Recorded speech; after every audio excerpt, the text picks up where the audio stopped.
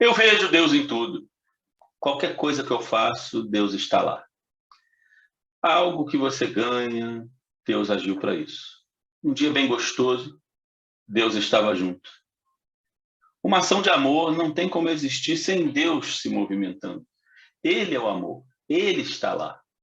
Uma regra que tente impedir o próprio Deus de estar no amor, praticado por aqueles fora de algum rol, é uma regra maldita, excomungada, anátema. Se ele está sempre, eu o vejo em cada momento, cada etapa é religiosa para mim. Em tudo ele está lá, na sala, no quarto, no banheiro, no carro, no filme, no sono, no banho, correndo. Na vitória e na derrota, na alegria e na tristeza, na fome e na fartura, no sagrado e no chamado profano. Deus está presente sempre. E eu prefiro assim, vê-lo no bom e no ruim. Agradecer sempre, ainda que a figueira não floresça. Eu prefiro assim.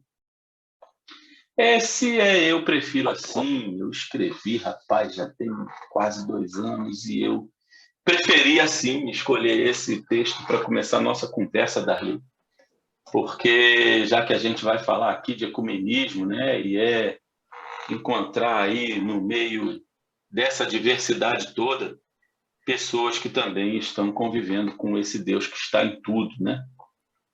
Então, eu vou falar hoje com, posso dizer aqui, meu amigo Darli, Com certeza, pode dizer, de professor, boca cheia. pastor da Igreja Presbiteriana, irmãozão de muitos trabalhos e muitas viagens juntos, né, Darli? Dentro e Oh. fora deste país, né?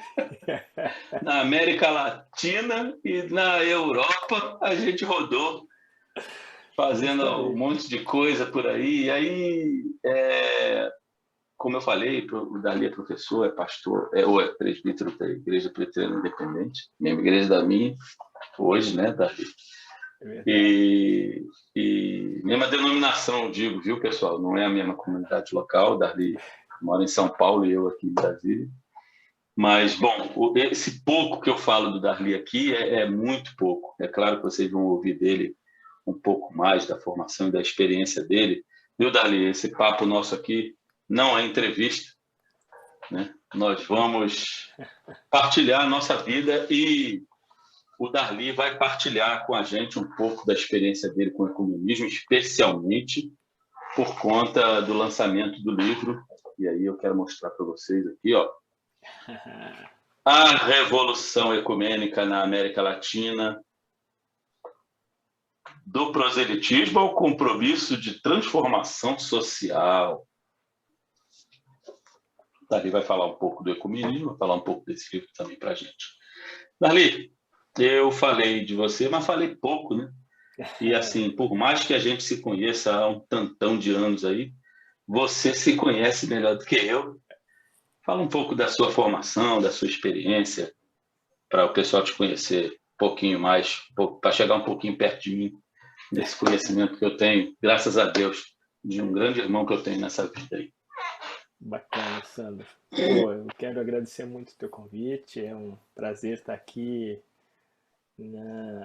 falando, conversando de um tema assim tão caro, tão importante para minha trajetória de vida, por tudo que conseguimos viver, vivenciar, experimentar, né? Você falou alguns exemplos daquelas viagens, quantas histórias daquela viagem de aproximadamente uns 10 dias, mas tem muita história. Ainda me lembro com muita saudade. Outro dia eu estava vendo aquela foto com a sua mão assim, sobre uma bomba de gasolina, isso te diz muito. Foi, rapaz, foi.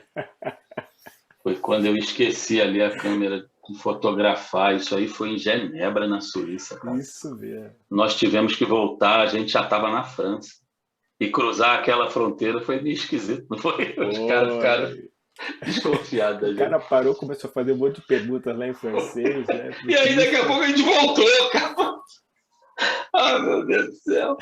Mas, enfim, a câmera estava lá, nós demoramos aí bem quase 1 hora para voltar Mais e a ou câmera menos. estava no mesmíssimo lugar.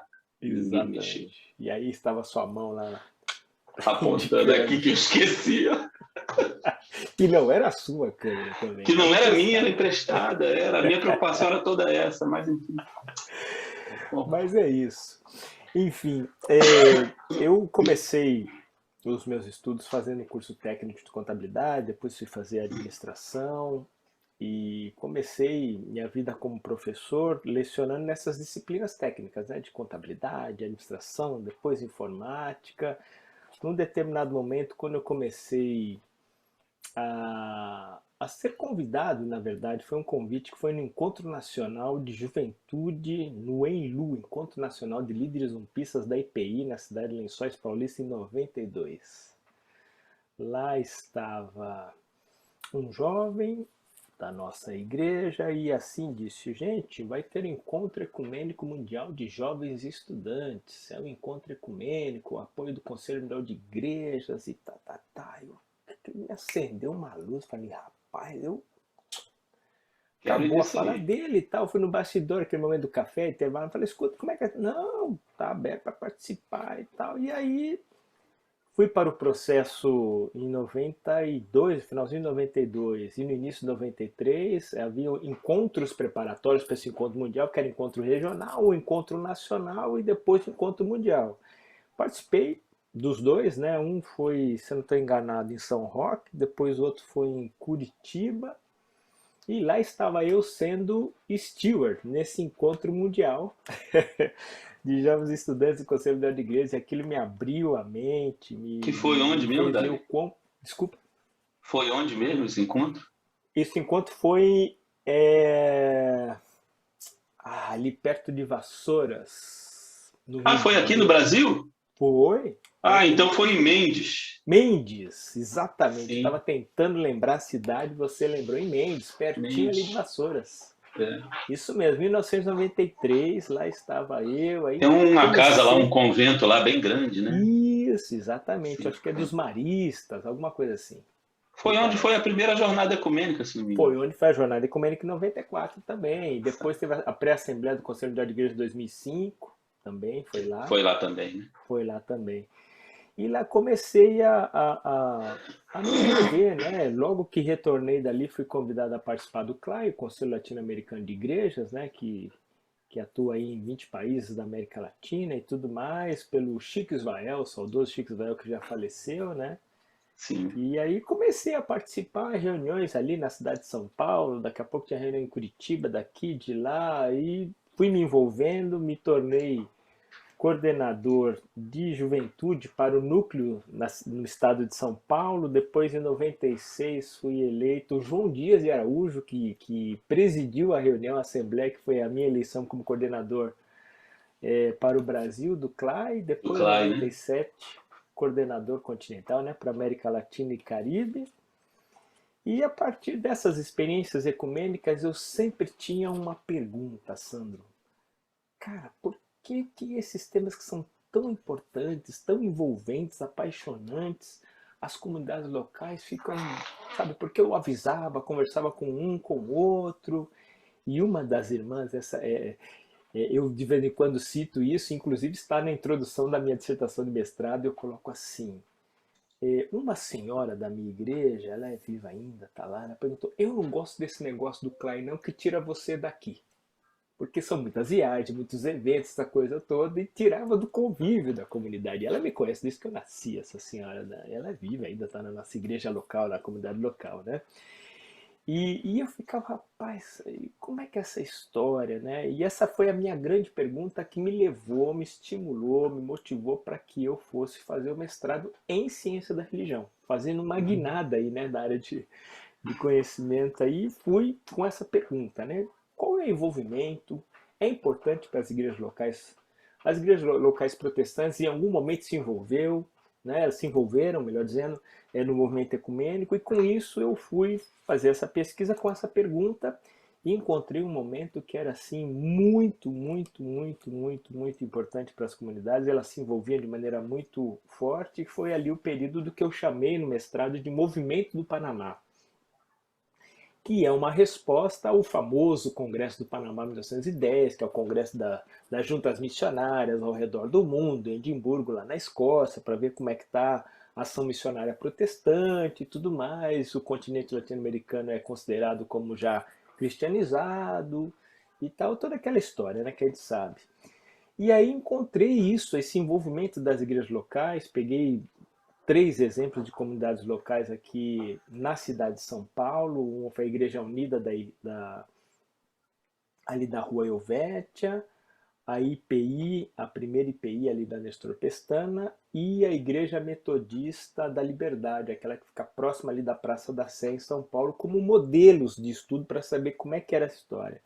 E percebi que muitos eventos ecumênicos daquele período, entre 1916, né, com o Congresso do Panamá na América Latina, no Panamá, até 1934, que foi a criação da Confederação Evangélica do Brasil, esses eventos eram majoritariamente, aconteciam onde? No salão social das igrejas, com a participação das pessoas das igrejas locais, às vezes no salão social ali da ACM, que era muito envolvida nesse momento com essa questão ecumênica e tal. Bom, depois disso eu falei, bom, eu preciso prosseguir, mas escolhi o período de 1954 até 73 para fazer aí a minha pesquisa de doutorado. Bom, até chegar ao doutorado tenho também um longo percurso, né, falando um pouco aí de mim, que eu, depois de coordenar a juventude, coordenei outras atividades no CLAI, então todo melhor dizendo, muito da minha experiência ecumênica vem da minha vivência de mais de 23 anos no CLAI, né? Desde 93 até 2016, que me possibilitou aí Fórum Mundial de Juventude, reuniões do Conselho Mundial de Igrejas, articulações e eventos das Nações Unidas e tudo mais. E aí eu me propus a fazer justamente essa pesquisa sobre o movimento ecumênico, como é que ele seguiu mais adiante, né? Então eu utilizo esse recorte de 1954 a 73, que esse livro é fruto da tese de doutorado que eu estudei, depois dessa vivência ali de pelo menos uns 15 anos que eu já estava no CLAI, já um pouquinho antes de... Eu comecei essa pesquisa um pouquinho antes de ser secretário regional do CLAI para a região Brasil, né? Que foi outra experiência também muito rica e muito interessante. E aí, essa sugestão foi do Júlio de Santa Ana, né, que vai da Assembleia de Evanston, a segunda Assembleia do Conselho Mundial de Igrejas, até o golpe de Estado no Chile, pegando como um dos elementos importantes os intelectuais e igreja e sociedade na América Latina. Então ele me deu essas dicas e eu fui, a partir dessas dicas, costurando, estudando e me aprofundando na pesquisa para falar sobre a Revolução Ecumênica. Então eu estou falando um pouco da pesquisa, um pouco da minha vida, que isso está muito, uma coisa está muito relacionada com a Sim, outra. é para chegar até nessa parte mesmo. O que te levou você a chegar, né, no livro? Então, acho que o resumo que você fez foi bom.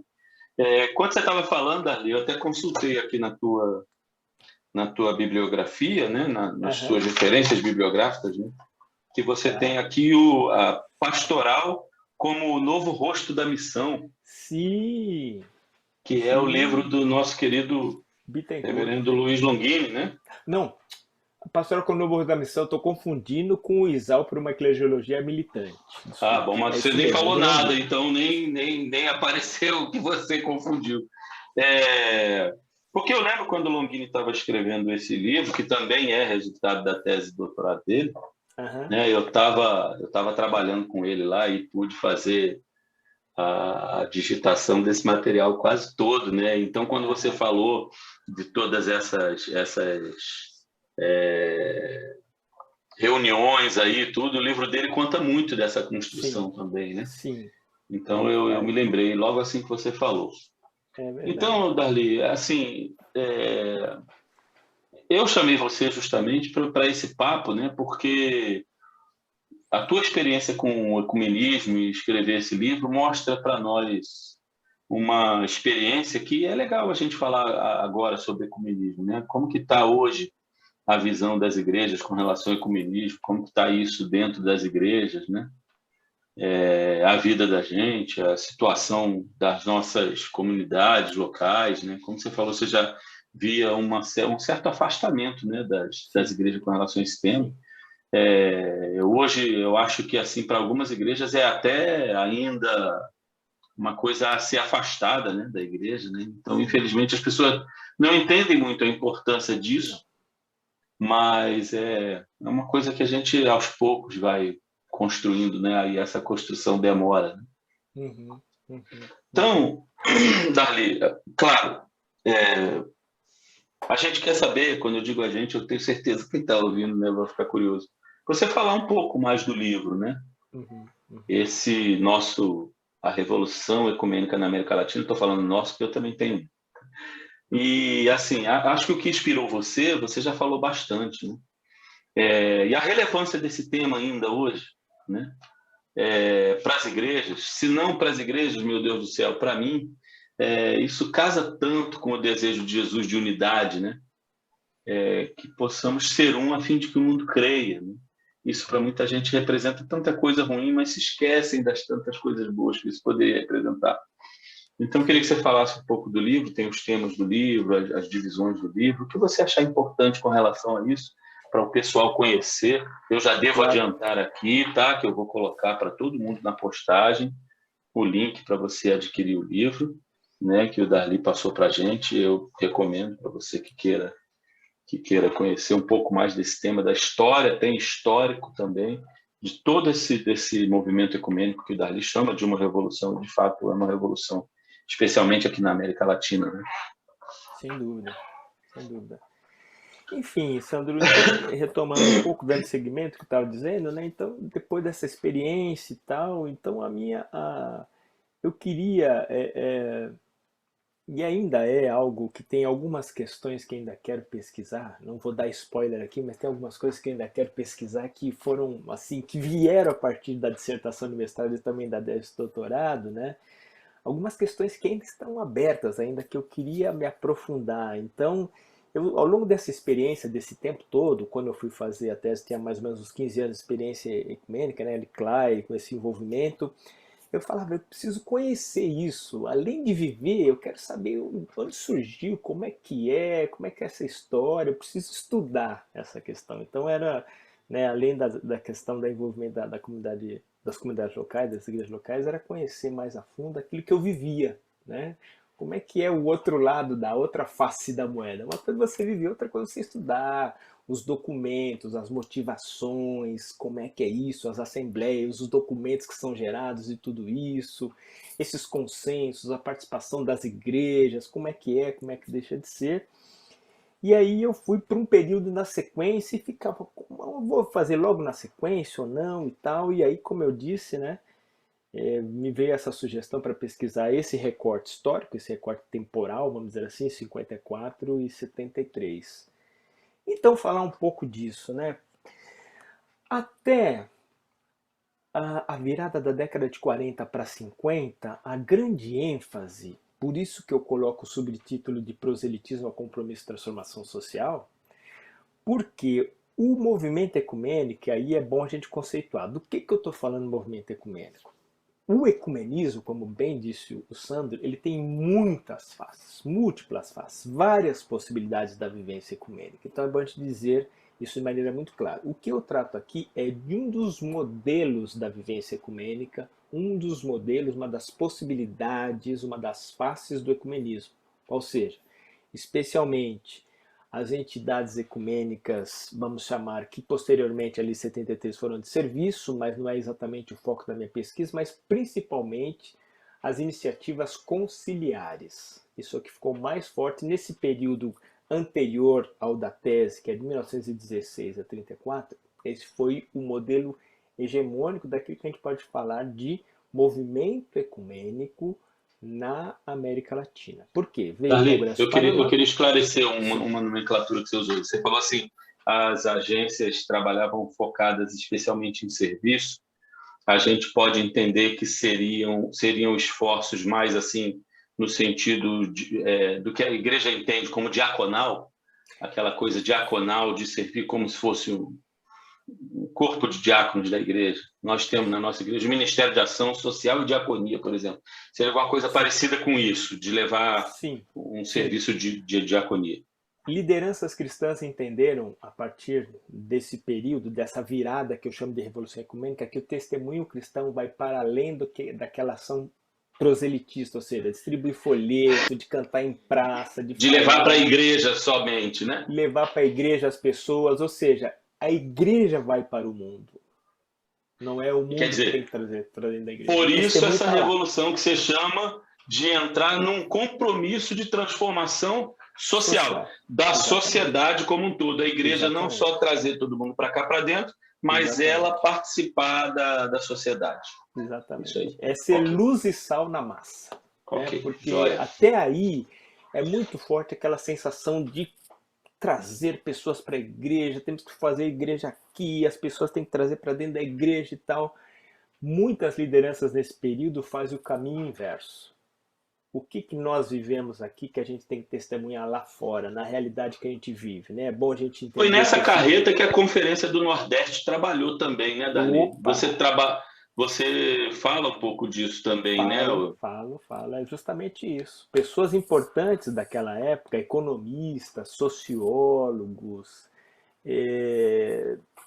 analistas de conjuntura, estiveram nessa conferência do Nordeste. Né? Assim, foi, acho que talvez uma das maiores expressões de incidência pública do protestantismo, ou, né, baseado no movimento ecumênico, que a gente conseguiu fazer daquela época foi a Conferência do Nordeste. Então, voltando, né, às temáticas que eu estava dizendo do livro, então, num primeiro momento, por que justifica essa revolução? Porque é a partir da Assembleia de Evanston, que o tema, inclusive, é sobre responsabilidade social da Igreja. Essa é a grande questão, o grande tema que permeia a Assembleia do Conselho Mundial de Igrejas em Evanston 54 é justamente essa temática. Ou seja, não dá mais para a gente testemunhar a vida cristã trazendo pessoas para dentro da igreja. A gente tem que estar lá onde as coisas acontecem, onde os problemas estão. Né? Então, essa virada dá justamente nessa transição da década de 40 para 50, porque até então era um esforço, tinha a Comissão Brasileira de Cooperação, tinha a Comissão Latino-Americana de Cooperação, que era cooperação missionária, ou seja, trazer missionários, principalmente estrangeiros, que não necessariamente conheciam bem a realidade brasileira, latino-americana, para fazer uma ação missionária de evangelismo. Não de transformação social, não de leitura, não de ser de ser uma com aquelas pessoas que sofriam todas as agruras que a gente, né, muitas questões problemáticas que a gente tinha. Né? Então, esse é o contexto que está. Então, a partir de Evanston, cria-se na Confederação Evangélica do Brasil o chamado SRSI, Setor de Responsabilidade Social da Igreja. Principais lideranças desse momento: Jeter Ramalho, Richard Shaw. Richard Shaw esteve nessa assembleia, né, e veio. Mas, gente, como é que é a nossa responsabilidade? O quanto nós somos responsáveis por tudo isso que está acontecendo? Essa pobreza, essa falta de moradia, a favelização, porque aí é um período que a capital do Brasil começa a surgir as grandes favelas, a pobreza, as diferenças, desigualdades sociais e tudo isso. Qual que é o exemplo que a gente tem? O exemplo de Jesus diante de tudo isso era ficar dentro do templo com os discípulos ali orando, como aquela figura, né, de Jesus lá no monte, e aí os discípulos falam: não, Senhor, vamos ficar aqui. Tá tão bom aqui. Jesus fala: não, meu amigo, a gente tem que estar lá. Lá que a nossa ação tem que acontecer. Então, aí acontece essa revolução, porque esse é um contexto da América Latina, da década de 50, aí vou um pouquinho mais adiante, 50 para 60, onde acontecem muitas convulsões, por exemplo, renúncia do Jânio, assume Jango, acontecem ditaduras pela América Latina, como Uruguai, como Argentina, posteriormente o Chile, na América Central, estão acontecendo problemas, contextos políticos muito convulsionados, né? Aquela tensão entre populismo, aquela questão de ditadura cívico-militar, os poderosos querem tomar conta, enquanto quer uma espécie de vassalagem da população em geral, né? O bem-estar para poucos e uma escravização disfarçada de proletariado, vamos dizer assim, talvez não seja o melhor termo, né? Ah, você tem que trabalhar para você se esforçar para você chegar em algum lugar. Então ele trabalhava 50 anos, tinha uma aposentadoria de nada, de miséria, enquanto ele rincava, enchia os bolsos dos grandes industriários, das grandes fazendas e assim sucessivamente. E diante disso aconteceram muitas iniciativas, né?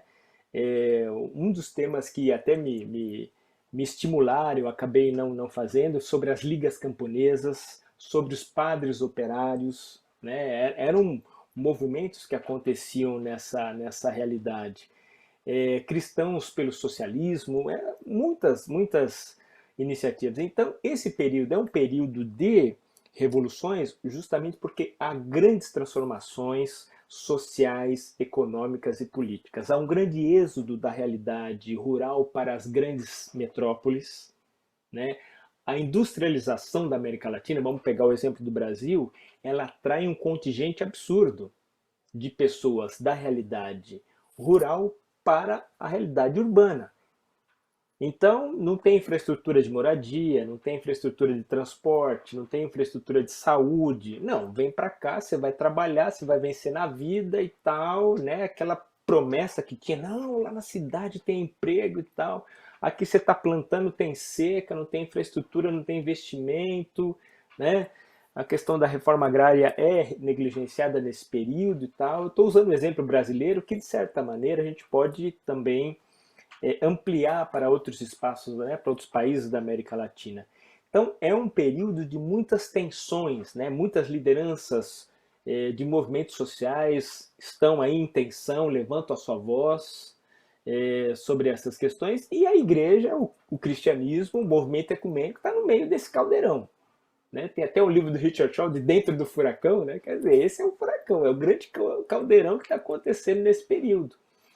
E aí, passando do segundo para o terceiro capítulo, é onde eu vou falar quem promove essa revolução ecumênica é um grupo de liderança que pensava, não só vivia a igreja, pensava o cristianismo para além ou para fora da casinha, né, como a gente utiliza essa expressão hoje. Fala, escuta, a gente precisa utilizar elementos, ferramentais, metodologias da sociedade para a gente saber como é que nós vamos lidar com tudo isso. Não adianta só pegar o panfleto, ler o Salmo 23 para a pessoa, escuta, como é que é essa história? Então eles utilizam inclusive métodos, teorias sociológicas, reflexões, promovem vários eventos com sociólogos, dialogam com as ideias marxistas, é bom que se diga, para saber, mas por que existe essa crítica, esse ranço, esse medo do marxismo? O que tem de tão problemático? Eles fazem estudos para entender as ideias marxistas e aí eles formulam, por exemplo, daí vem a teologia da libertação, né, desse período, né? Rubem Alves falava sobre essa questão, ou teologia da esperança. Então eles formulam todo um arcabouço teológico, todo um arcabouço de, vamos chamar assim, de militância para que a realidade que ali estava pudesse ser transformada. A partir do quê? Princípios e valores do reino.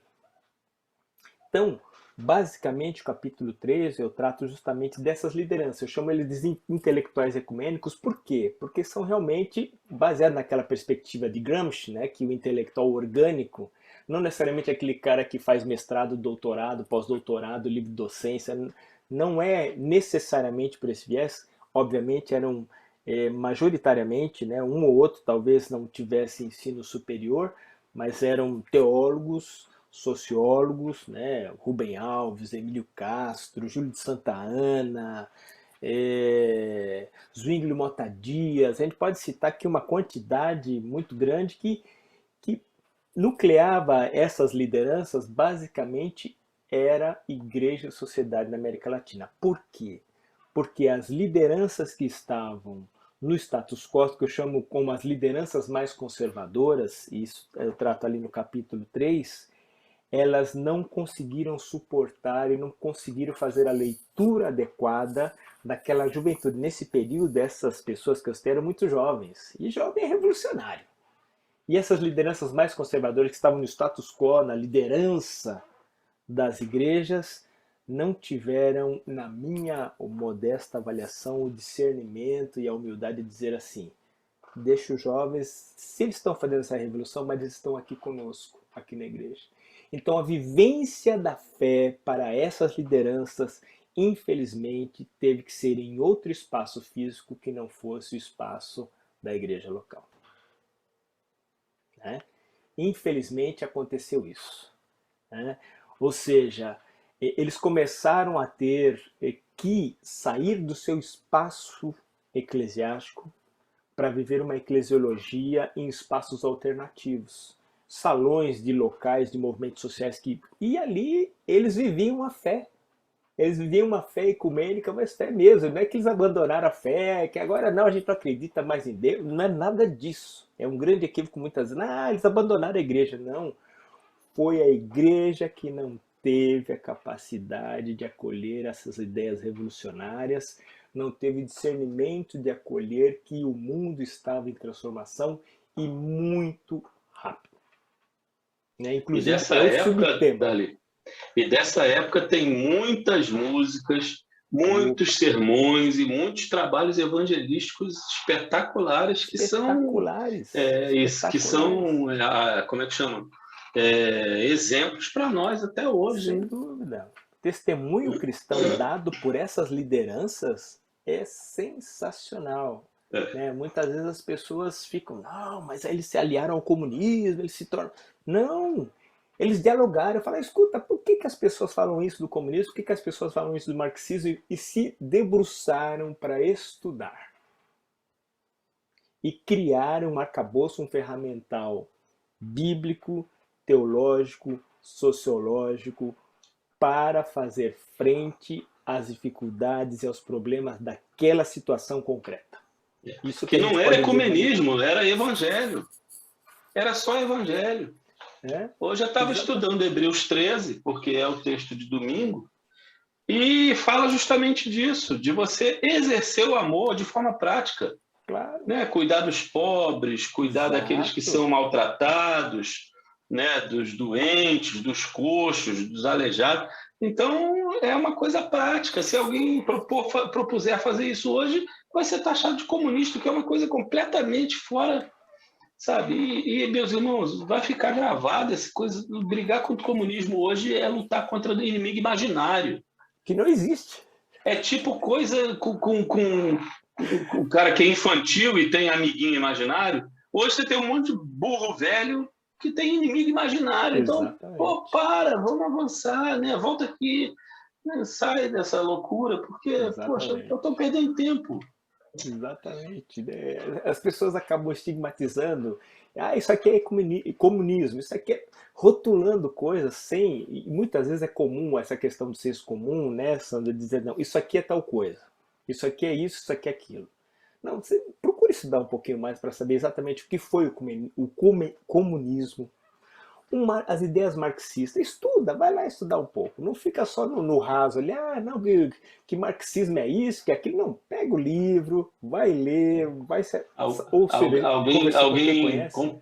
Alguém compartilha um memezinho lá e você já acha que sabe tudo sobre o negócio, né? Então, Não. um tweet de 140 caracteres, não, eu já sei que Não, é eu conheço as complicado. teses marxistas porque eu vi uma postagem ali no Facebook de um cara que entende. Não, pera aí, não é Ele isso. não vai dizer que é isso, mas vai ver um vídeo de 5 minutos no YouTube e vai achar que sabe tudo já daqui. Mas para concluir o que eu estava falando sobre o livro, bom, aí tem uma questão. Como é que essas lideranças conseguem? Porque boa parte delas eram pastores de igreja. E como pastores de igreja, tinham, se não todo o seu sustento, mas uma boa parte do seu sustento, oriundo da ação pastoral. Se eles não tinham mais espaço dentro da igreja, não eram mais quistos ou até mesmo foram expulsos do espaço eclesiástico, como é que eles conseguiam viver a fé, além disso militar e atuar na transformação social?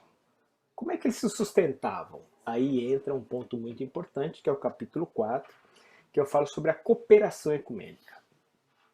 A cooperação ecumênica que vinha da Europa que vinha dos Estados Unidos, que era na contramão de outro tipo de financiamento muito forte no Brasil, que financiava na contramão de tudo isso, Aliança para o Progresso, para financiar ditaduras. Não quero entrar nessas questões, que o nosso tema não é isso, mas é só para dizer um pouco, né, que a Aliança para o Progresso era justamente um projeto extremamente hegemônico dos Estados Unidos para deixar eles aqui no cabresto.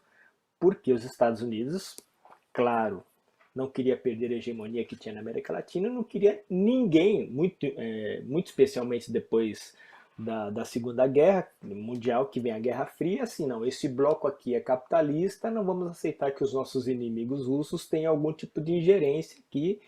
Então, eles de todas as maneiras, seja com pressão militar, com invasão ou com financiamento, principalmente por o grande projeto Aliança para o Progresso, queriam manter essa hegemonia política e econômica aqui na América Latina. Mas isso é um tema para um outro momento.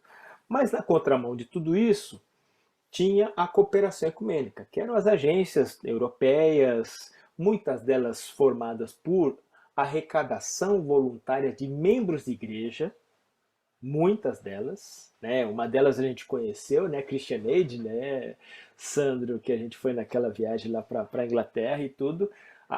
Uma das principais fontes de arrecadação de ChristianAid é aquela arrecadação do domingo, que passa as salvas, lembra as salvas? Aquela bolsinha de pano que passa de banco em banco, as pessoas contribuem ali para causas. Não é só aquela contribuição para manter o sustento pastoral, para manter o templo, a estrutura, não. Isso é bastante interessante, que eu entendo que a gente pode avançar aqui, por exemplo, no Brasil, na América Latina, é entender assim, contribuir também financeiramente, não com o nosso voluntariado, mas para aquelas pessoas que têm possibilidade, condições, para determinadas causas. Não só dentro da igreja, mas como causas sociais, né? Que é mostrar o nosso testemunho cristão na sociedade, frente quando acontece catástrofes e tudo mais, que a gente esteja lá, se não voluntariando, se para fazer uma presença de transformação daquela realidade com recursos financeiros. Mas enfim, retomando o que eu estava dizendo, então a cooperação ecumênica foi fundamental, porque ela conseguiu colocar recursos financeiros que viabilizou o sustento para que essas lideranças pudessem agir, né? É desse período que surgem algumas instituições ecumênicas. Vou dar o exemplo do SEI, porque a Confederação Evangélica do Brasil, né, ela foi fechada.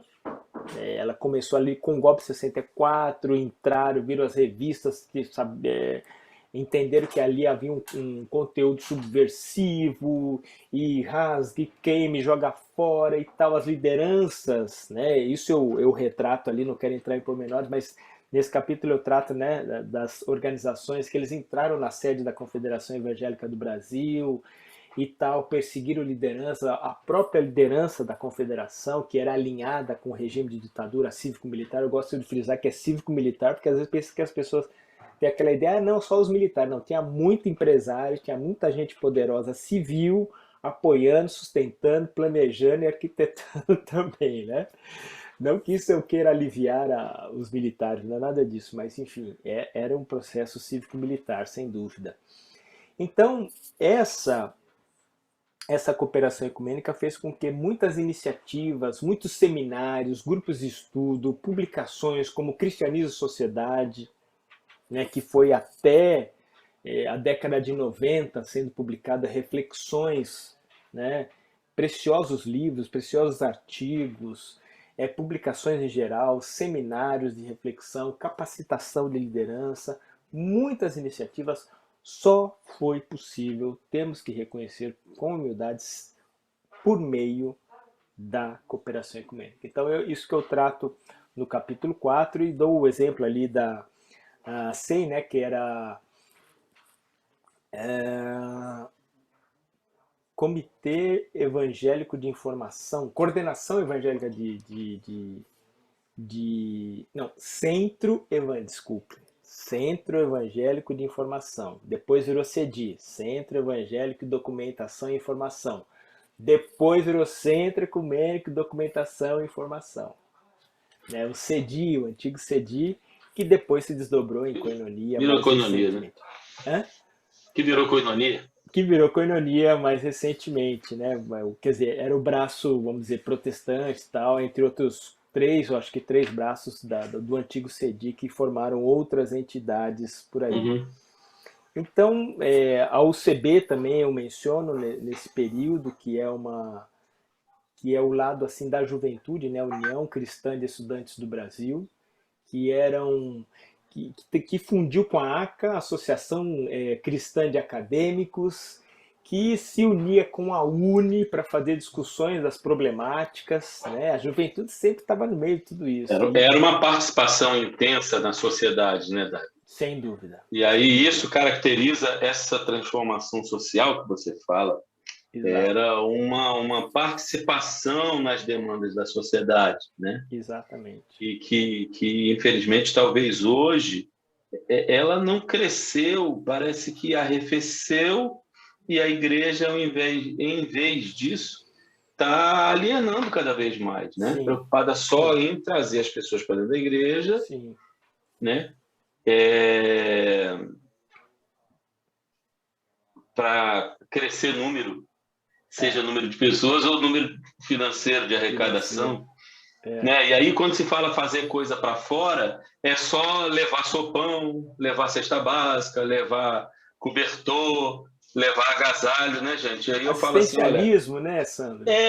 Porque assim, quando não Jesus que isso fala... não seja parte de uma ação. Não, mas o não que pode Jesus parar fala aí. que mais do que você alimentar é você acolher na sua comunidade. Né? Porque é muito fácil quem tem dinheiro dar o dinheiro para os diáconos comprarem a cesta básica e ir lá e dar. E você, não, estou participando e tal. Quem é aquela pessoa que recebeu a cesta básica? Ela ganhou um abraço seu? Ela recebeu... Se sentiu acolhida? A abertura para participar plenamente da sua comunidade de fé? Exato. Ou ela é só alguém que recebe a cesta básica, vem e fica sentada lá atrás esperando o momento de ganhar a sua cestinha? Ou fica na porta do salão social, nem entra, né? Fala, quando acabar o culto, nós vamos falar com vocês. Isso, ou então você simplesmente sai da Kombi lá na rua e dá a sopinha. Isso é ótimo, igual você falou, é necessário. Sim. Mas a igreja mitigar, tem que... talvez esse seja o primeiro passo. Sabe? Então é isso. É isso. E eu acho que outra coisa participar também, lá, assim, ir lá e abrir aqui. Sim, e eu acho que outra coisa também que tem que ser parte da nossa ação social, do nosso testemunho cristão, da nossa ação cristã na sociedade, assim, é uma ação de resgatar a dignidade. Eu gosto sempre de usar aquele exemplo lá, né? Quando Jesus vai lá e cura aquela pessoa no sábado, tal, ele é questionado, falou, escuta, o que é mais importante? Eu cumprir a lei ou resgatar a dignidade daquela pessoa? O que é mais importante pra gente hoje? A gente dar a cesta básica ou talvez buscar um caminho de fazer um encaminhamento para uma empresa, para ele conseguir um trabalho, para ele se empoderar, ou seja, se emancipar. Porque senão fica sempre dando peixe, nunca a gente dá a vara. Ele vai sempre depender do peixe. E dar a vara também já é pouco, né, Darli? Porque assim, o cara vai com a vara lá para o rio, chega lá, o rio está poluído. Está poluído, aí que você vai fazer? Como é que a gente vai refletir? Como é que nessa experiência, nessa metáfora do rio e da vara do peixe, o que representa o rio estar poluído e não ter peixe? O que representa o cara botar a varinha dele lá no rio, só que o cara que tem muito dinheiro já colocou uma rede lá em cima e os peixes ficam todos lá, não descem mais. Aquela vara enorme com molinete, ele tá com aquela varinha lá tal. Então o que é? Capacitação profissional, é dar curso, abrir parcerias com o Sebrae.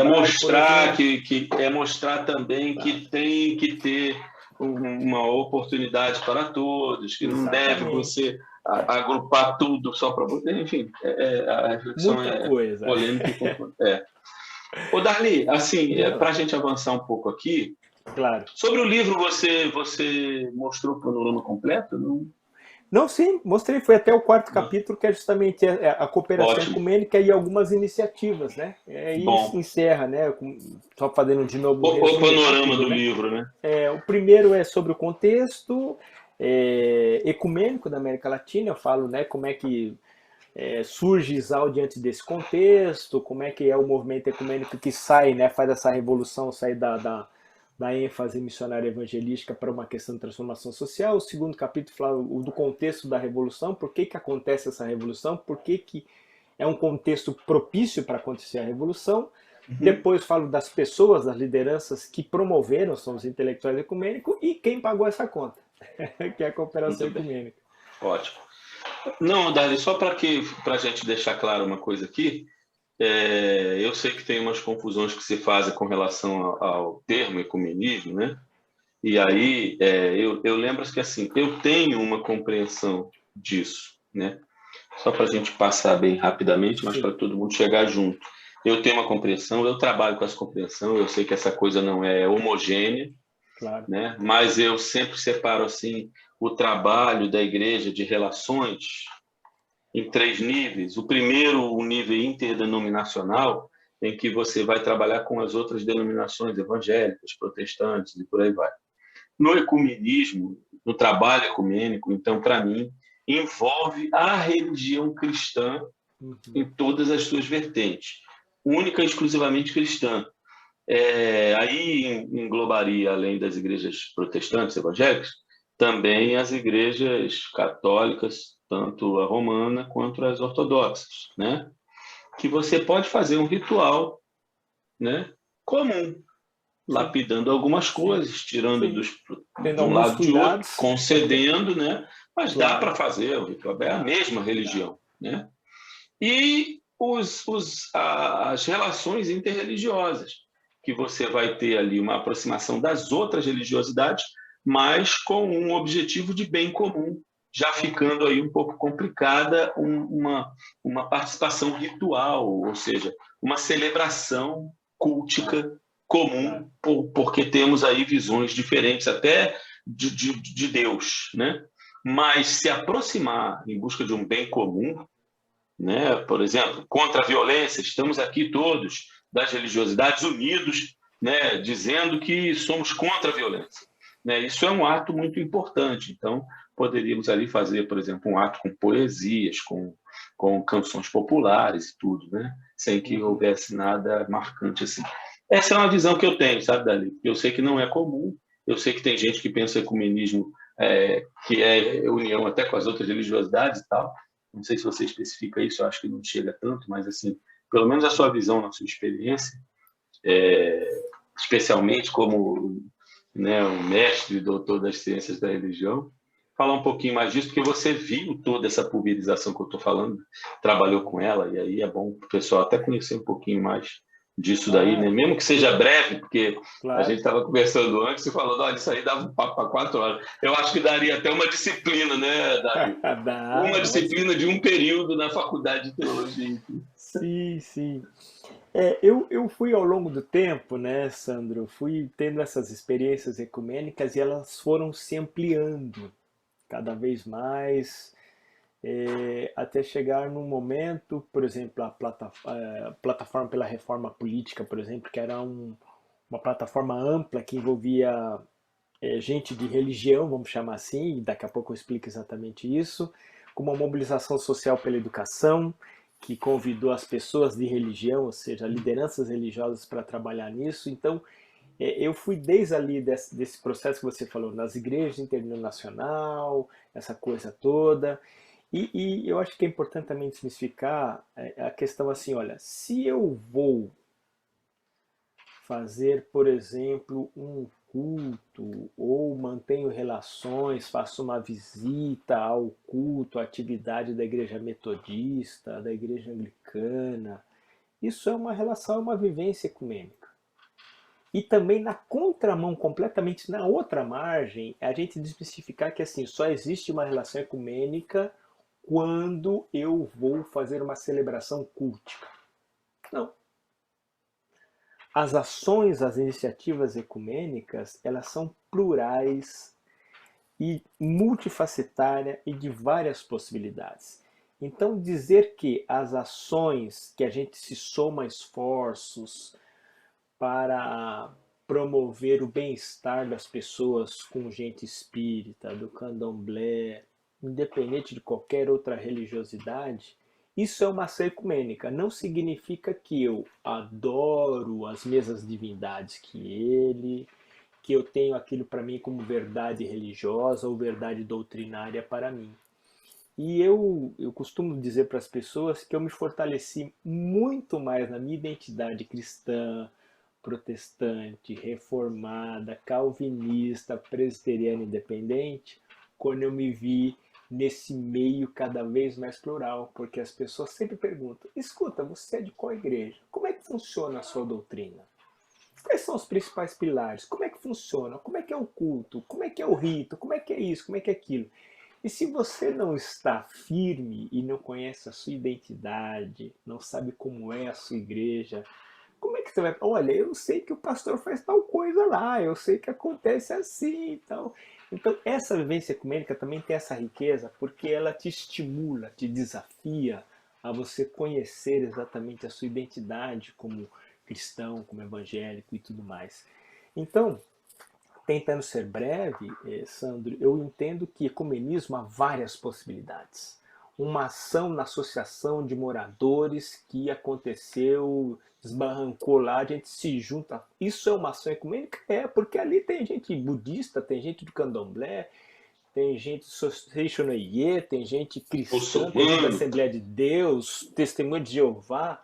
Ali a gente não está discutindo, não está fazendo ali uma celebração cultica. Nós estamos fazendo uma ação pontual de solidariedade, que é um valor nosso cristão de solidariedade, de acolhimento, um exemplo cristão que a gente está dando, junto com outras pessoas.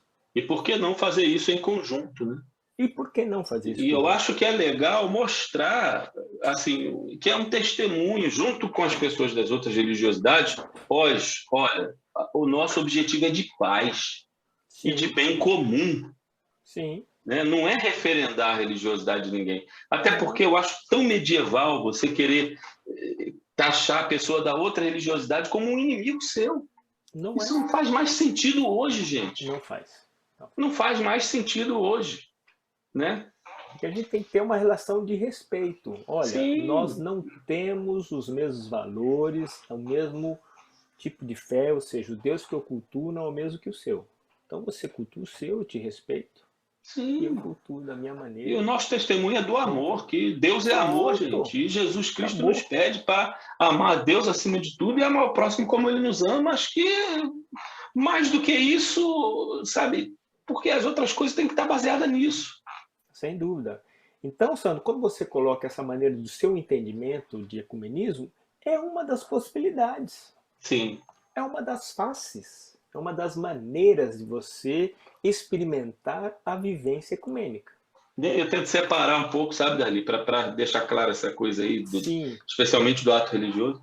Mas, enfim, uma coisa que você falou, e eu me lembro que eu também oriento muitas pessoas, participe de ações ecumênicas, de atos ecumênicos e tudo, a partir do momento que você tem bastante firmeza na sua fé, na sim, sua doutrina. Então, poxa, aprenda mais e tudo, né? Porque senão, se naquele aprofunde. confronto ali, confronto que eu estou falando no bom sentido, quer Assim, dizer, talvez a palavra seria outra, naquela partilha, diálogo, sei lá, você partilha, pode ser vulnerável, claro. né? Então não é ali o lugar para você questionar a sua fé. O lugar para você questionar a sua fé é lá na sua escola dominical, nas aulas, Sim, no seu sermão, nas leituras, né, doutrinárias e tudo, tal, que você ali vai você firmando. sedimenta. Exatamente. Aí você vai estar apto para compartilhar com o outro, né, Sim. toda e qualquer face disso daí, né? Muito bem, Darli. Eu fiquei feliz aí. Eu só quero, então, Darli, para a gente encerrar, nós estamos bem com um tempo bom aqui, né?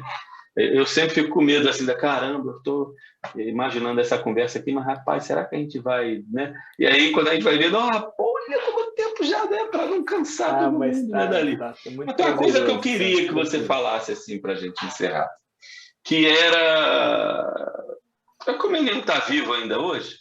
É que o ecumenismo tem espaço ainda nas igrejas? Eu sei que também as igrejas são muito diferentes, né, entre si, mas essa pergunta faz sentido, né? A gente viveu tanto a relação, né, especialmente a gente dali, essa relação interdenominacional que eu estava falando assim. Sim, sim, Mas aí eu trabalhei, eu participei também de muitas atividades, especialmente no CONIC, né, o Conselho Nacional da Igreja sim, Cristã do Brasil, sim. com a Igreja Católica Apostólica Romana. E fiz muitas atividades também com pessoas. Eu fiz formatura, né, que tinha gente muçulmana, Claro. e tinha gente espírita, e tinha um outro que era de alguma religião de matriz africana, que eu não me lembro. Mas foram momentos bacanas, as pessoas vendo, né? Claro, era um ato, como eu falei a vocês, não era um culto ecumênico, Não, né? Era um ato ali interreligioso de formatura, em que cada um pôde dar uma palavra, claro, uma né? reflexão. Canções populares, até uma canção do Roberto Carlos, eu não me lembro qual foi, eu sei que era do Roberto Carlos, né? E cantamos o hino nacional e foi bacana. E depois a gente se abraçou, mostrando que o mais importante era amar e desejamos uma boa vida profissional para aquelas pessoas que estavam se Claro. formando. Enfim, foi muito legal. E todo mundo, quando acabou, Darli, o testemunho das pessoas era que legal ver o Que pastor, rico, o né? padre, e ali tinha uma moça que era muçulmana. Poxa, que bom que vocês vieram, porque a gente estava com medo, que eram os 3 alunos que eram muçulmanos, e a gente queria chamar o nosso líder aqui para participar com vocês, e a gente está com medo de que ninguém quisesse, e que bom que vocês vieram, emocionado, sabe? Então, ficou um testemunho de unidade, um testemunho de amor ali, sabe? Então, Hum, eu tenho muito orgulho dessas participações aí. tá. Então, Sandro, é um tema assim muito bacana que você levanta, né? Quer dizer, o ecumênio está vivo? Tá. Porque Que bom! eu me. Tá vivo, tá vivo.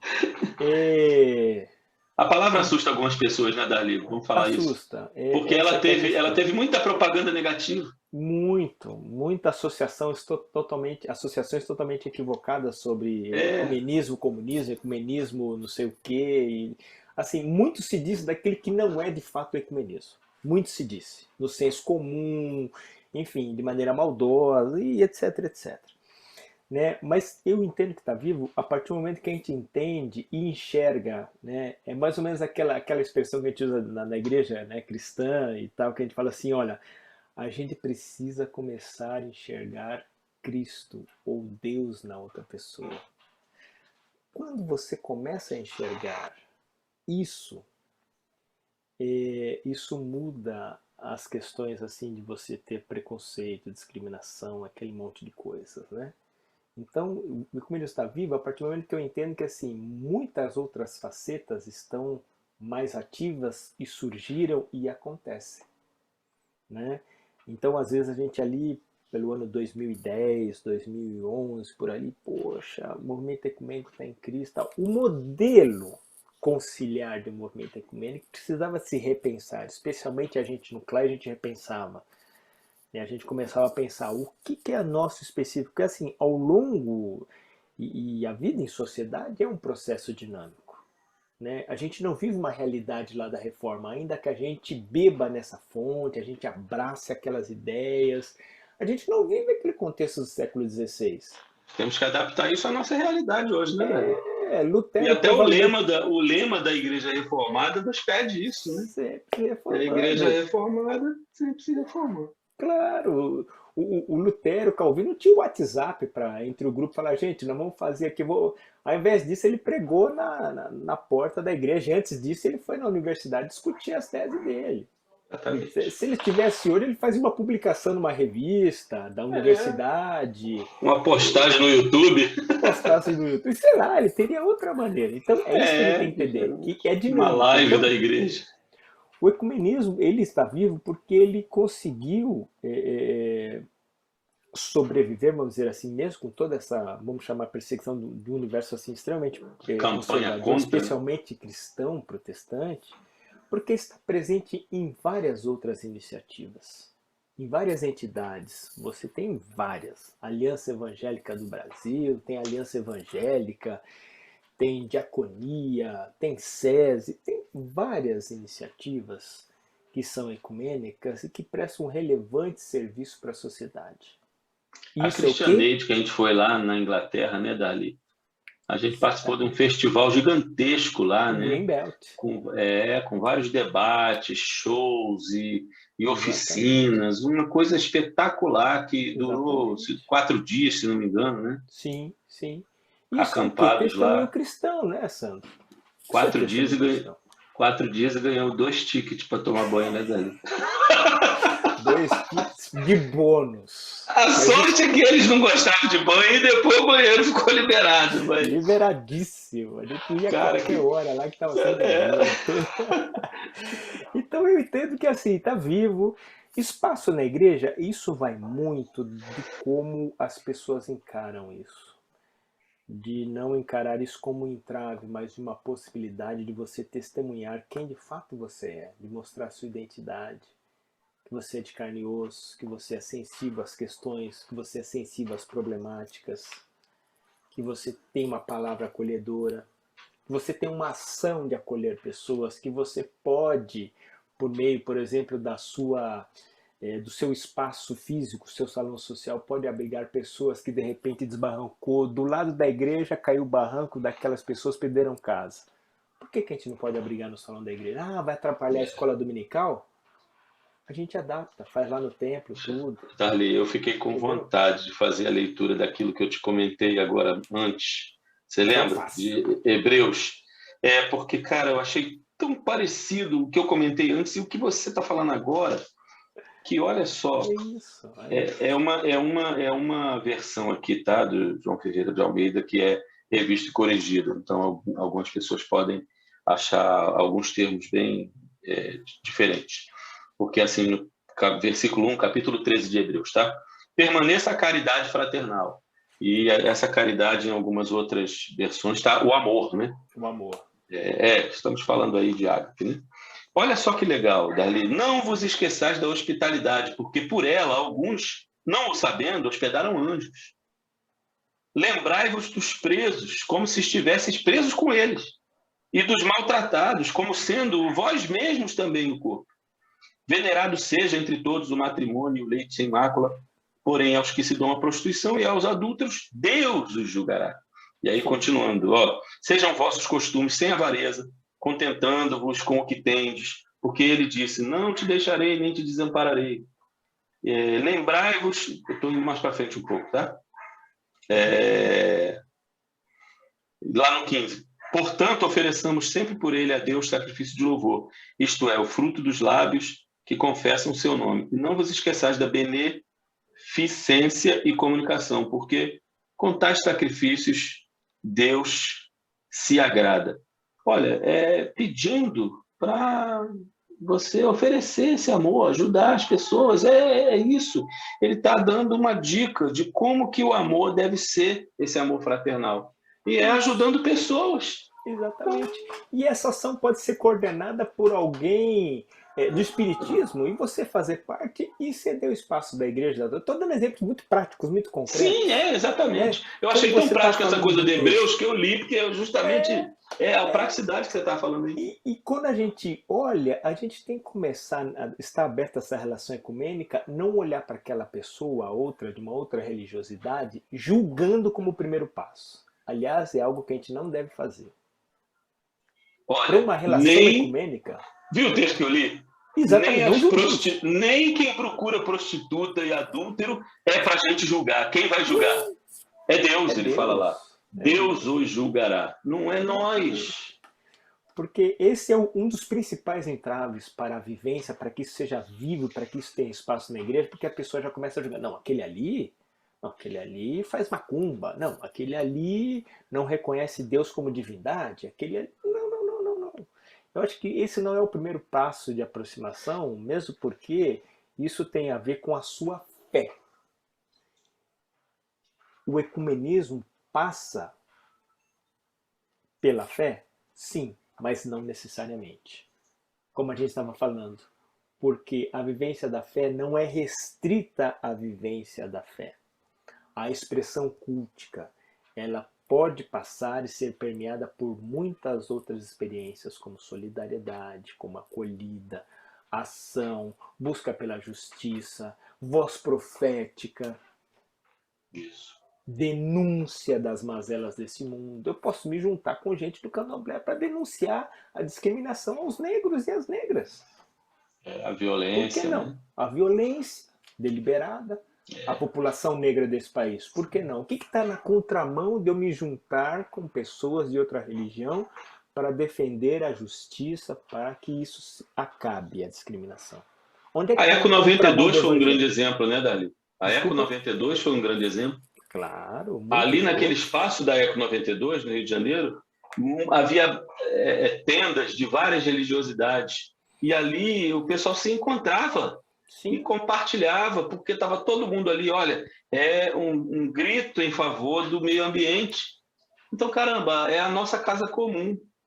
Por que nós exatamente. não vamos nos unir, independentemente da nossa religiosidade?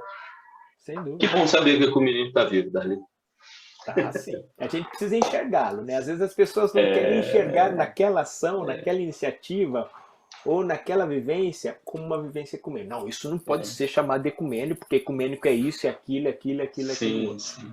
Não se E bloqueie para a vivência ecumênica. eu, como pastor, Dali, eu te falo, às vezes os pastores têm culpa, sabe? Porque não tratam desse Sim, tema, porque tem medo, por causa tem até de medo. que ele foi muito negligenciado. E eu sinto falta, Dali, as igrejas hoje são tão concorrentes por causa dessa coisa de igreja, Exatamente. igreja Ah, empresa, igreja né? B, Igreja para igreja. arrecadar, igreja para trazer gente. Mas eu me Isso. lembro quando eu era menor na minha igreja, deveria, vamos botar ali quando eu tinha meus 10 anos de idade, a igreja, e menos também, né? A igreja fazia aniversário e convidava todas as outras igrejas em volta. A Igreja Sim. Batista, as Assembleias de Deus, Metodista, Congregacional, e ia Enfim, todo mundo lá representar. Hoje a igreja local faz aniversário, às vezes não convida nem as outras igrejas do presbitério, nem isso. sabe? Então, se esse problema envolve somente a sua denominação, imagina com relação ao ecumenismo, né? Aí A fica aquela trabalhar junto, seja lá o que canção. for. Você lembra daquela canção? Tô no teu cantinho e eu no E eu meu. no meu, lembro? Meu Deus do céu, Não dá, né? Não dá, faz não dá. nunca mais ouvir cantar ela, que bom. Que Dali, bom, eu né? Que queria. bom. Que bom. Dali, eu queria te agradecer por essa aula que Imagina. você deu aí. Né? Eu quero lembrar de novo, pessoal, que lá na postagem eu vou colocar o link para quem quiser adquirir a Revolução Ecumênica, tá? Na América Latina. Eu já tenho o meu aqui. Faz tempo, né, Dali? Aí a Só tá gente. faltando eu fazer a dedicatória aí. Vou fazer com muito É mesmo, carinho, Dali. A hora que, com... que você vier Deixa aqui ou que comigo. eu for aí, Promessa é eu dívida, já ia farei mostrar isso. para fazer inveja e não tem. Aí eu, caramba, meu Deus. Farei isso, é um compromisso. Pode deixar, farei É isso. verdade. É Com bom que a gente muita se honra. encontra de novo.